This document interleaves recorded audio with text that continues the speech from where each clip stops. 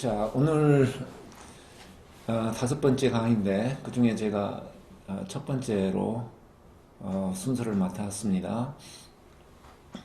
시작점과 끝점 정하기. 자, 그러면 위기 대응의 문제라는 게 뭐냐? 제가 사실 위기란 말을 통상적으로 쓰고 있는 말보다는 조금 의미를 다르게 쓰고 있습니다. 보통 위기 그러면은 위험하다, 뭐 그거하고 똑같은 의미로 생각을 해요. 근데 저는 위험하다는 의미하고 기회가라는 말하고 위험과 기회라는 말 두 개를 합쳐놓은 말로 위기란 말을 쓰고 있습니다. 이거는 제 아이디어는 아니고 옛날에 그 마이크로소프트 창업자 빌 게이츠가 그 생각의 속도란 그 책에서 이런 말을 썼더라고요. 그래서 이제 기억해놨다가 저도 한번 써봅니다. 그래서 이 위기에 대응한다는 이야기는 위험은 피하고 또는 극복하고 기회는 붙잡자, 이런 의미로 제가 위기 대응이란 말을 씁니다. 그래서 통상적으로 일상적으로 쓰는 의미보다는 조금 다른 뜻으로 여러분들께서 해석을 해주시면 좋겠습니다. 근데 이제 그 이야기를 좀 계속 해나가려고 하는데, 후견지명, 이거는 어디 있는 말이 아니라 제가 만든 말이에요. 이게 선견지명이라는 말은 있는데 이제 후견지명이라는 말을 한번 대응을 해서 만들어 봤어요. 우리말로 하면 뒷북치기인데, 뭐냐 뒷북치기가, 아무 말이 없다가 잘못된 결과를 보고 나서 내 그럴 줄 알았다, 아니 왜 그랬어, 뭐 이런 말하는 게 사실 뒷북치는 말이죠. 또는 기대하는 결과가 틀리더라도 책임이 없을 때는 뭐 아니면 말고 시행착오가 필요하다, 실패가 약이다, 이런 말을 하면서 뭐 스스로를 위로하든가 다른 사람을 위로하든가 또는 뭐 어떤 자기 책임을 면하든가 하는 그런 말을 하는 거, 저는 이거를 후견지명이라고 한번 말을 붙여봤고, 이러한 이야기들은 앞날에 어떤 위험을 미리 보지 못하고 또는 기회를 포착하지 못하고 그저 막연하게 지내는 거, 뭐 이런 거라고 볼 수 있어요. 막연하게 지낸다는 거는 생각이 없다고 말이죠. 생각 없이 그냥 지내는, 그러다가 뒤에 가서 뒷말하는, 뭐 이런 거를 말하는데, 거기에 비해서 이제 선견지명이라는 게 있잖아요. 이거는 앞날을 내다보는 어떤 지혜죠. 기대와 결과의 차이를 줄여보자, 줄일 수 있다, 또 그런 어떤 능력이란 말입니다. 어떻게 하면 기대와 다른 결과를 방지할 수 있을까? 그러니까 기대한 대로 결과를 얻을 수 있을 것인가? 이제 거기에 초점을 맞추고, 그러려면은 앞을 내다봐야 되는 거죠. 위험과 기회를 미리 볼 수 있어야 돼요. 그래서 스티븐 코비가 했던 말, 시작할 때 항상 끝을 먼저 생각해 봐라, 뭐 이런 것도 선견지명을 가져라, 그런 능력을 키워라, 그런 말에 해당이 될 것 같습니다. 그래서 이런 능력을 키우려면은 만약 이렇게 한다면 과연 어떤 결과가 나올까, 이런 생각들, 뭐 영어로 말하면 what if라고 말할 수 있는데, what if thinking. 그래서 위험을 회피하는 데도 쓸 수가 있고 기회를 찾고 포착하고 활용하는 데도 쓸 수가 있을 겁니다. 이런 생각을 하면, 만약 이렇게 한다면 과연 어떻게 될까. 아무튼 줄여서 말하면 what if예요. 이 what if 생각을 많이 해보는 거, 그게 바로 선견지명을 키우는 거다. 근데 이제 이런 생각을 갖고 그 능력을 키우려면 어떻게 해야 되느냐? 이제 저는 이 두 가지를 피하고 경계해야 된다고 생각합니다. 하나는 막연한 낙관주의, 이거를 피해야 되고, 또 지나친 정신주의, 여기에 빠지지 않아야 되겠다, 그렇게 한번 생각을 해봅니다. 그러면 막연한 낙관주의라는 게 뭐냐? 이거는 결과를 이렇게 차분하게 또는 신중하게 생각하지 않고 그저 행동을 앞세우는 거죠. 그러니까 즉흥적 또는 근거 없는 행동으로 그냥 나가는 거예요. 결과를 생각해보지 않고 행동을 하는 거예요. 그래서 행동을 그렇게 해놓고 그저 그냥 미래의 긍정적 또는 부정적인 결과가 이렇게 될 거라고 주장을 하는 거예요. 그게 근거가 없다, 그 말이죠. 이렇게 행동하게 만드는 사람도 있어요. 그 요즘 뭐 좀 있습니다만은 어떤 좀 이상한 교주 같은 사람들이 이런 것들을 많이 이야기를 하죠. 아, 이렇게 해. 그러면 좋아. 왜 좋은지는 모르지만 그저 좋다고 믿게 하는 거죠. 또는 과거 타인의 좋은 결과 사례가 지금 자신의 행동으로 그대로 재현될 거라고 생각을 하는 거예요. 과거에 이런 다른 사람이 또는 어떤 좋은 결과가 있었으니까 자기도 이렇게 하면은 그대로 똑같이 될 것이다. 홍보물을 지나치게 맹신하는 그런 경우 있죠. 특히 뭐 어떤 화장품 광고라든가 또 다른 어떤 여러 가지 광고 홍보를 보면은 마치 꼭 자기도 그렇게 될 것처럼 착각하게 만드는 게 있죠. 이게 이제 막연한 낙관주의 또는 비관주의인데 제가 예를 하나 이렇게 찾아봤습니다. 뭐 이분한테는 좀 미안하지만은 제가 조금 한번 이걸로 예를 들어보려고 합니다. 뭐 풍수지리학자라고 그러는데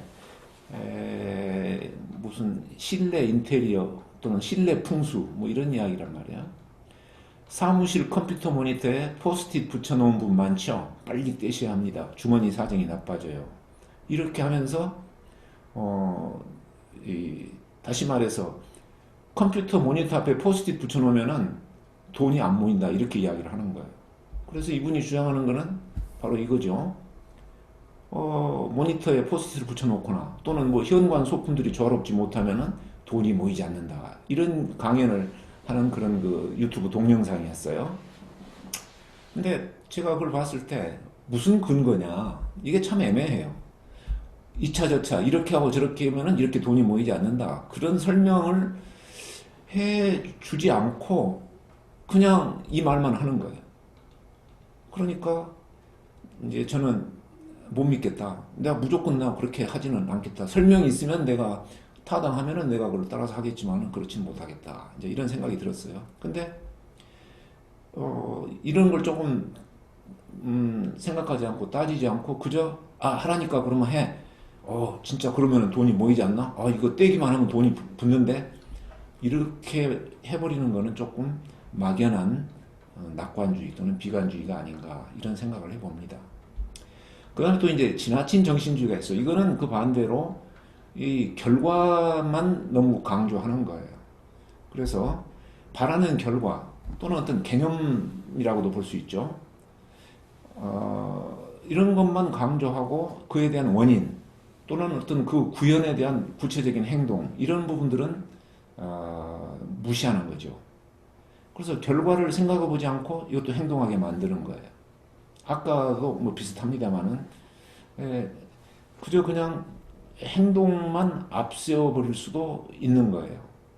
결과를 보면서 결과에 대한 원인도 규명하지 않습니다. 이런 정신주의는. 그래서 이미 발생한 긍정적 결과를 근거 없이 뭐 미화한다든가 또는 돌이킬 수 없는 부정적 결과에 지나치게 매달리게 해서 재발 방지에 관심을 두지 않게 하는 것. 이거는 원인을 캐지 않기 때문에 이런 일이 벌어진다는 거죠. 예. 그래서 뭐 조금 원인을 캐고 이렇게 보려면은 왜 그렇게 따지냐, 뭐 까다롭다든가 뭐 이런 식으로 좀 몰아붙일 수도 있죠. 또는 뭐 믿음이 부족하다 이렇게 그냥 해버릴 수도 있어요. 제가 이런 예를 하나 좀 들어보는데 어디 이런 족자가 특히 어디 가게에 가면 많이 걸려 있어요. 특히 개업한 가게. 그래서 네 시작은 미약하였으나 네 나중은 심히 창달이라. 구약성서에 나오는 말이죠. 근데 이 말의 의미는 이 결과만 이야기하는 건 아니죠. 사실 그 족자에 나와 있는 말은 이 결과인데 이 성서에서는 이 결과만 이야기하는 게 아니죠. 만약 당신의 아들이 죄를 지었고 또 만약 당신이 하나님께 은총을 빌 때 당신이 흠이 없고 진실하다면은 지금은 미약하지만 끝은 장대할 겁니다 하는 그런 말이죠.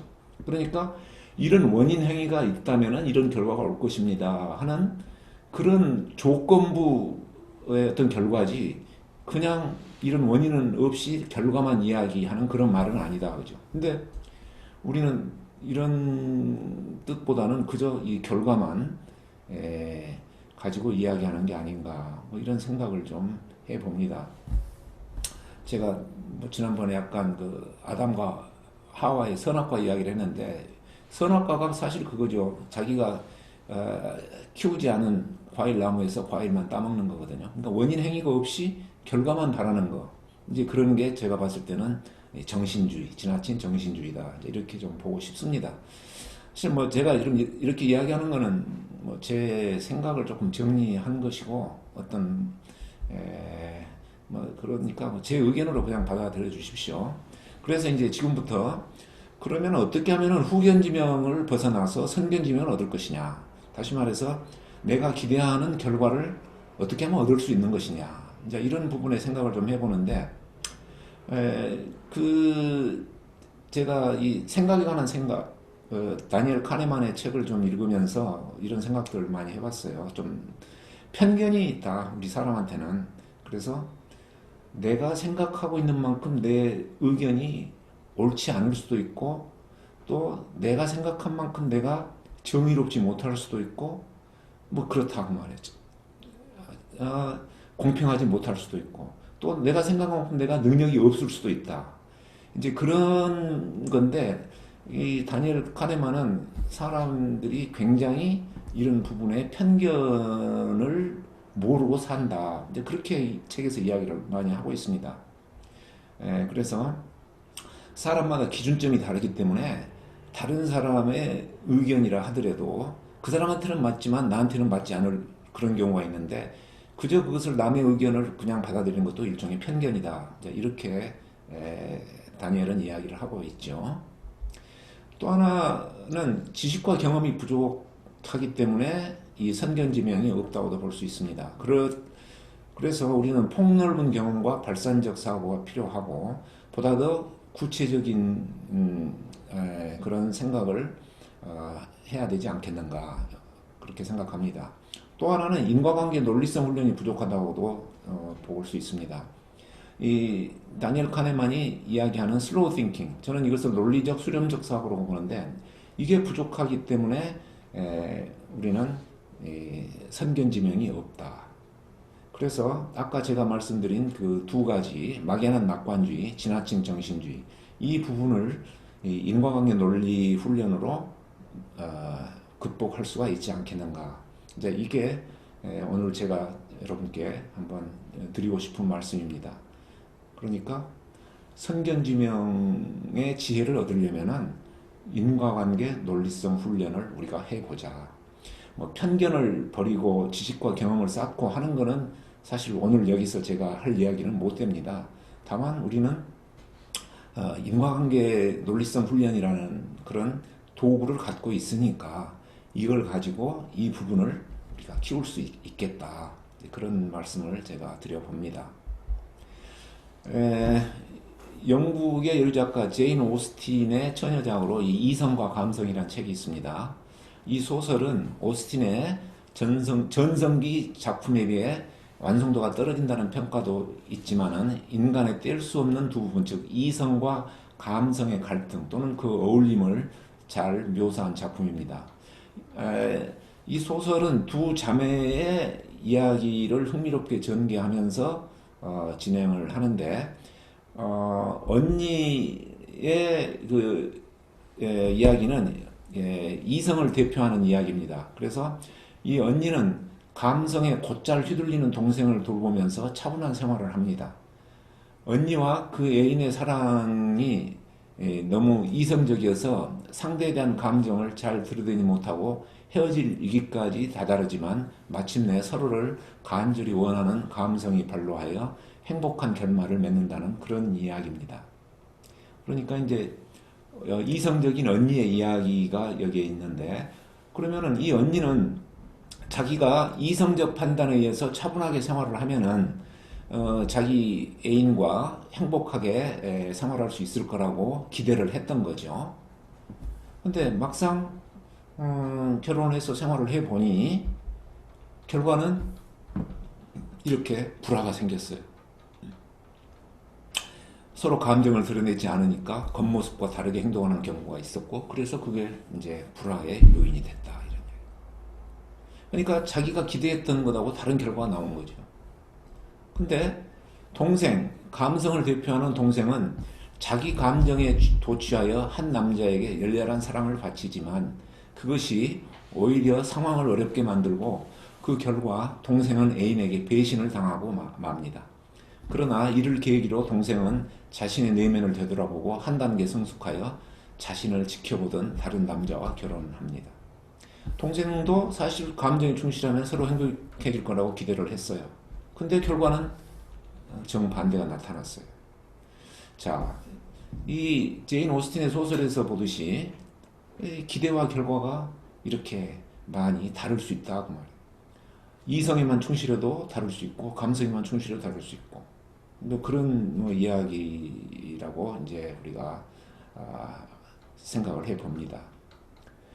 그러면은 이제 어떻게 하면 우리가 이런 기대와 결과에 갭을 줄일 수 있느냐?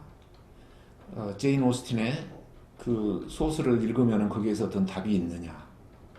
물론 어느 정도의 답은 있겠지만 막상 우리 생활에 적용하기에는 조금 충분하지 않은 것 같은 그런 생각이 좀 듭니다. 근데 또 한 사람, 이 빅터 프랭클이라는 이 심리학자, 오스트리아의 심리학자죠. 실제로는 유태인입니다.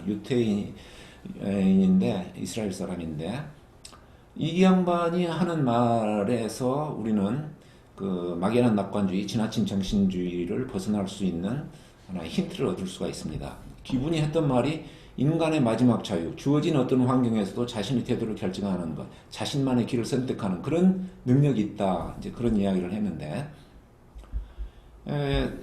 다시 말하면은, 우리들이 살아가면서 어떠한 감정 또는 자극이든지 거기에 대한 일이 나타나고 반응이 따라오는데, 다시 말해서 이러한 감정적인 원인에 의해서 어떤 분노라는 결과가 나타나는데 이것도 하나의 원인과 결과의 관계죠. 그래서 이러한 감정과 일, 자극과 반응의 관계를 봤을 때 그 공간 사이에는 이런 그 반응 사이에는 공간이 있고 우리가 선택할 수 있는 어떤 자유가 있다. 이제 이게 빅터 프랭클이 한 말인데 저는 이 말을 이렇게 해석을 하고 싶다는 말씀이죠.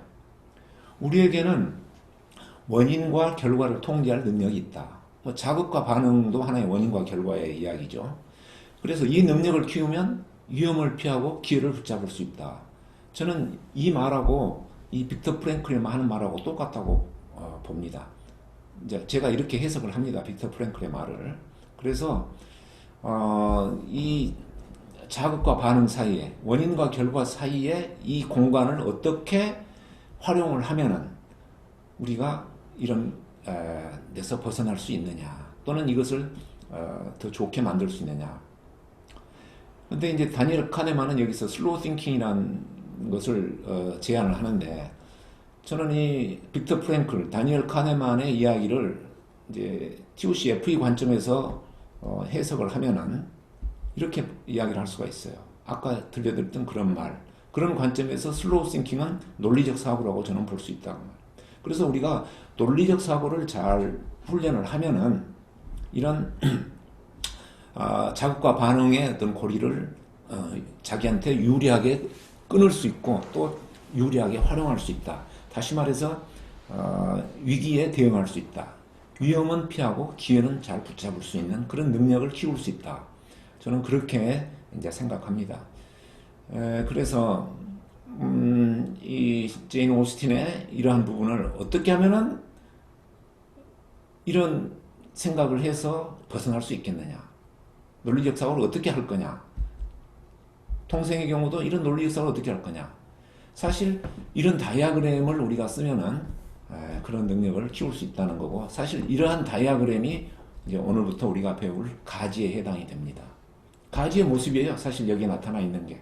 그래서 이제 이 가지를 우리가 그려감으로써 빅터 프랭클이 했던 이야기, 다니엘 카네만이 했던 이야기, 또 골드랩 박사가 우리한테 던져준 이런 도구, 이런 부분들을 모두 다 활용할 수 있는 그런 기회가 되리라고 봅니다.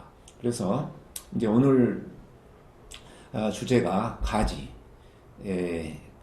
그려가는 이제 그 첫 시간인데 이 가지는 브랜치죠.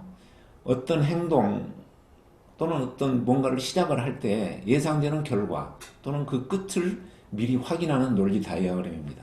아까 말씀드렸다시피 선견지명의 능력을 얻을 수 있는 기회를 그런 어떤 능력을 우리가 한번 이 가지를 통해서 얻어보자. 그럴 수 있다는 겁니다. 그래서 이 가지는 상황 전개 과정을 논리적으로 잘 묘사해 줍니다. 불리한 위험을 예방하고 유리한 기회를 확보할 수 있고, 그 다음에 논리의 비약을 방지해서 원인을 규명하는 데 도움이 됩니다. 원인을 규명했을 때 나의 주장을 상대방에게 더 효과적으로 설득할 수 있고, 또 상대방의 제안을 내가 현명하게 판단할 수가 있습니다. 그래서 가지를 활용할 수 있는 곳은 이런 맥락을 분석한다든가, 또는 이런 강연을 구상한다든가, 또 의사결정의 어떤 사전 검토를 하거나, 또는 교과목의 내용을 설명하고 이해시킨다든가. 사실 TOC-FE는 이 과학, 수학, 사회 뿐만 아니라 뭐 영어도 해당이 되겠습니다만은 수학, 영어, 그리고 거의 모든 교과목의 내용을 학생들한테 잘 이해시킬 수 있도록 그 다이어그램을 그려가지고 교육을 하는 그런 도구입니다. 거기에 굉장히 많이 쓰이고 있죠. 또 건설적 비판, 또 개인 생활의 불편함을 제거하고, 또 유리한 기회를 획득하는 방안을 도출하고, 또 사후 분석도 할 수 있고, 이런 활용 가치가 있는데, 이제 우리는 그것을 위해서 가지를 작성해 가는데 대략 이렇게 세 단계로 작성을 해 갑니다.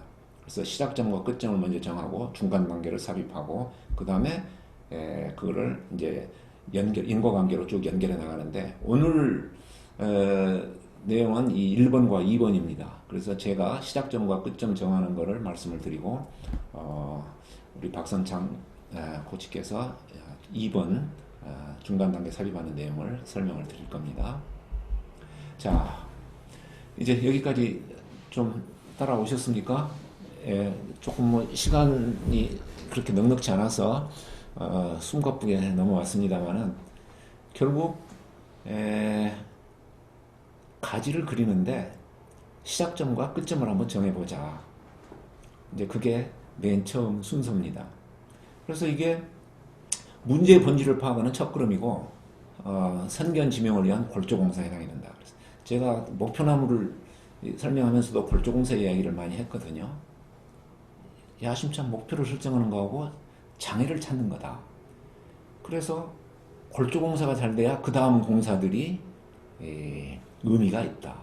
만약에 골조공사가 잘못되면 그 다음 진행하는 과정은 효과가 좀 떨어질 수도 있다. 이제 그런 뜻으로 제가 골조공사 이야기를 드리는 겁니다. 그러면 가지는 이 시작점과 끝점을 어떻게 정하느냐. 사실 거기에서 그 문제를 내가 어떻게 접근하여 해결해 나갈 거냐 하는 방향이 잡히는 거예요. 이 방향성이 문제죠. 그래서 시작점은 최초의 원인의 행위고, 이것은 액션입니다. 시작점은 행동이에요. 근데 끝점은 최종 나타나는 결과고, 긍정적인 최종 결과. 이것은 어떤 목표에 해당이 될 수 있고, 피하고 싶은 부정적인 결과는 이거는 장애 극복을 위한 어떤 상황 점검이 될 수도 있습니다. 그래서 끝점은 상태입니다. 동사가 아니라 어떤 뭐 명사나 형용사 이런 것이 되는 거죠. 근데 시작점은 동사로 표현이 될 수 있는 거고요. 내가 만약 이렇게 한다면 어떻게 될까 했을 때 이제 어떻게 이렇게 한다면 거기에 해당되는 게 시작점이죠. 어떻게 될까? 이제 그걸 생각해 보는 것이 끝점이에요. 이거는 이제 하나의 인과관계죠. 원인과 결과관계죠. 그래서 이제 지금부터는 이 시작점과 끝점을 정하는 것에 대해서 한번 쭉 말씀을 드리겠습니다. 자, 이거는 아내의 기침이라는 타이틀인데, 이거는 사실 제가 겪었던 일입니다. 저의 문제였어요. 근데 약간의 좀 여기에 문제를 조금 이제 편집을 했습니다만은 한 60%는 실제 일어났던 일입니다. 아내가 기침 감기에 걸렸다. 10분 간격으로 1분 정도 기침을 하면서 잠을 못 자고 있다. 옆에 누운 나도 기침 소리에 잠을 못 자고 있다. 나는 서재로 건너가 따로 잠을 자고 싶다. 그렇지만 아내가 자기를 혼자 둔다고 서운해할 것 같아서 따로 자겠다는 말을 못하고 있다. 참 이런 상황이었어요. 자, 그러면은 이 상황을 놓고 이게 사실 문제잖아요. 어떻게든지 해결해야 될 그런 게 있어요. 뭐 아내를 혼자 두지 않고 같이 자든가, 그러면서도 또 잠을 잘 자든가. 그래서 아무튼 이런 부분의 이제 이야기인데, 그러면 시작점과 끝점을 어떻게 정할 거냐, 어떻게 여기서 찾아볼 것이냐, 그게 이 문제의 본질을 파악하는 하나의 첫 단추라는 거죠. 여러분 같으면 어떻게 시작점, 끝점을 잡아보시겠습니까? 근데 저는 만약 내가 서재로 건너가서 따로 자겠다고 말을 한다면은 어떻게 될까, 이렇게 생각을 해봤어요. 그러면은 아내가 아침에 일어나면 나에게 말을 안 해버릴 것 같다. 이게 제가 생각하는 시작점과 끝점이었어요.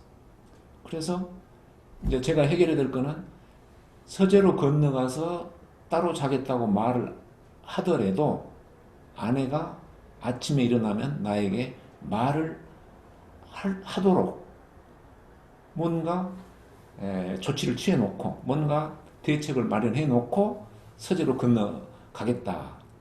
이제 이게 제 생각이고, 이제 그게 이 문제에 대한 해결책이다, 그 말이죠. 그러면은 나도 서재에 가서 편안하게 자고 아내도 그다지 기분 나쁘지 않고, 이제 이게 하나의 그 문제에 대한 해결책으로 접근해가는 어떤 방향이라는 겁니다.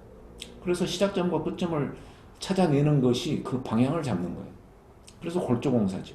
만약에 방향이 잘못 잡히면은 열심히 노력하더라도 그 효과가 없을 수도 있어요.